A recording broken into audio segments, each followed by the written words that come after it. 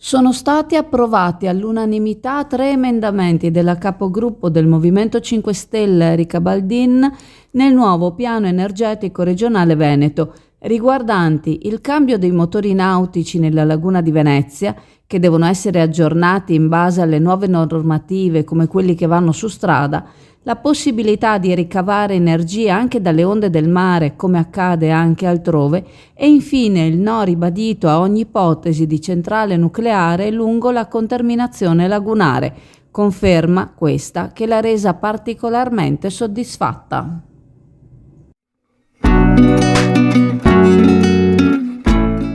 Preparati a gustare le specialità tradizionali e le novità esplosive che potrai trovare all'Indiga. Gelato artigianale anche per l'asporto, per gustarlo in compagnia dove vuoi tu.